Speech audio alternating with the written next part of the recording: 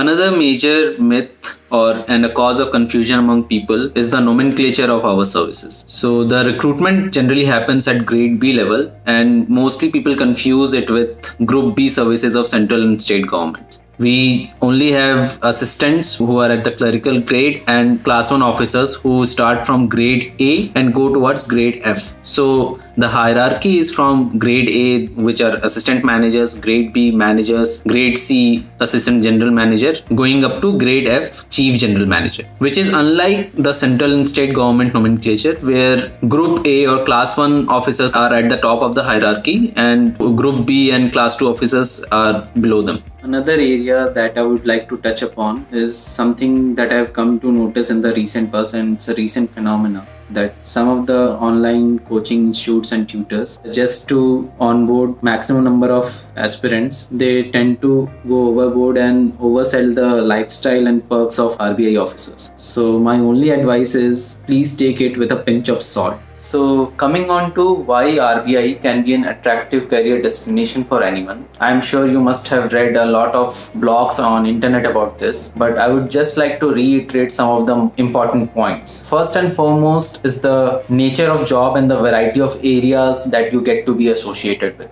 In a career span of 30 to 38 years, depending on your age of induction, you get to be a part of supervision, regulation and multitude of operations, be it like currency management, payment system operations, market operations, etc. Associated with this point is the fact that if any officer is posted at central office department, they may get an opportunity to be part of the policy making process that may affect the whole country. And it goes without saying that RBI remains one of the best paid public sector jobs in India, and your posting will be either at Mumbai or some of the state capitals. The next thing is that working environment in RBI is closer to corporate rather than the typical government office departments. Political pressure and associated corruption are unheard of at RBI. And finally and most importantly, the organizational culture that promotes and rewards competence. This in turn requires officers to increase their knowledge base throughout the career span. The institution also ingrains values like integrity,